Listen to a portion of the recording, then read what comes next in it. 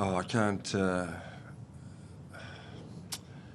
The effort that we put in was fantastic. I think there's no doubt the way the boys are playing and that hunger to compete and just keep applying themselves to the next contest is just outstanding. I just think some of our finishing work, we have to work one and a bit times more than what the opposition have to, and it hurt us. We said about our goal kicking towards the end of some of the games, or in some of the games that we've played in the last 4 to 6 weeks, and this one's come to really hurt us.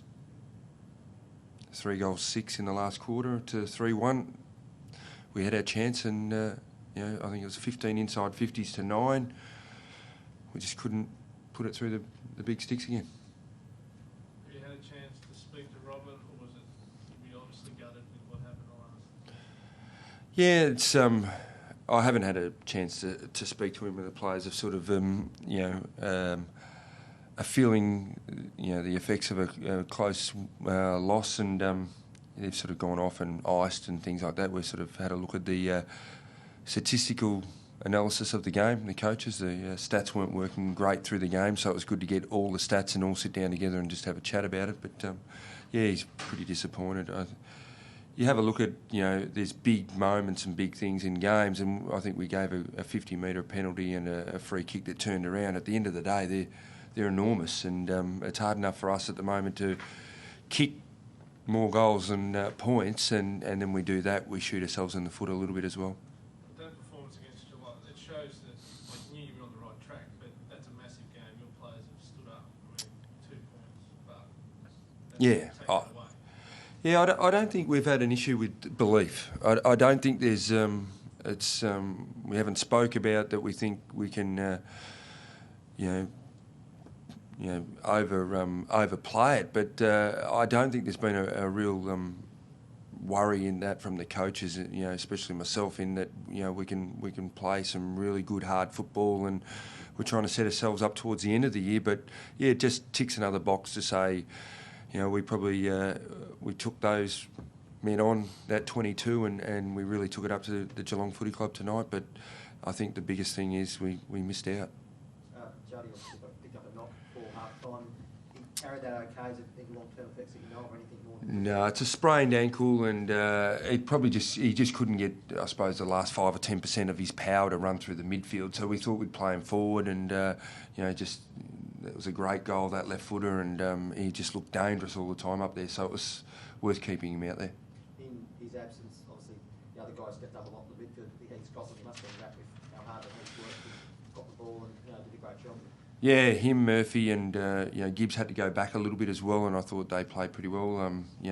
Carrazzo went on to Selwood and sort of quelled his influence in the game, which was encouraging. But I think it's good for our group to have to adjust when Chris is not in there, because he's a great player to play forward, and I think for Chris's longevity, he needs to play forward a little bit more in his games. I think he pretty much spent the second half as a forward. We'd like to get a bit more of a mix in the midfield, but I think it's good for our group to have to adjust and take up the slack. Did you feel like you didn't really sort of capitalise on your early dominance in general play, or was it just that they're a good side and they're hard to crack over? Yeah, I thought we didn't really. I think we kicked too many long points again. It's been an issue in the first 7 weeks. We reviewed it, we spoke about it, and then I think the first 2 or 3 shots at goal were just long points, and you just sit there sometimes, scratch your head and think, why are we kicking long points? We've got an inaccuracy issue, and we're just really giving the opposition a chance just to thump it through and reset and start again. What about that? It's one, you touched on this before, you've got to take a positive out of the resilience. I mean, there are a couple of times in the second half it looked like they were really starting to get on top, and you're able to stop it and kick back and actually look like you might win.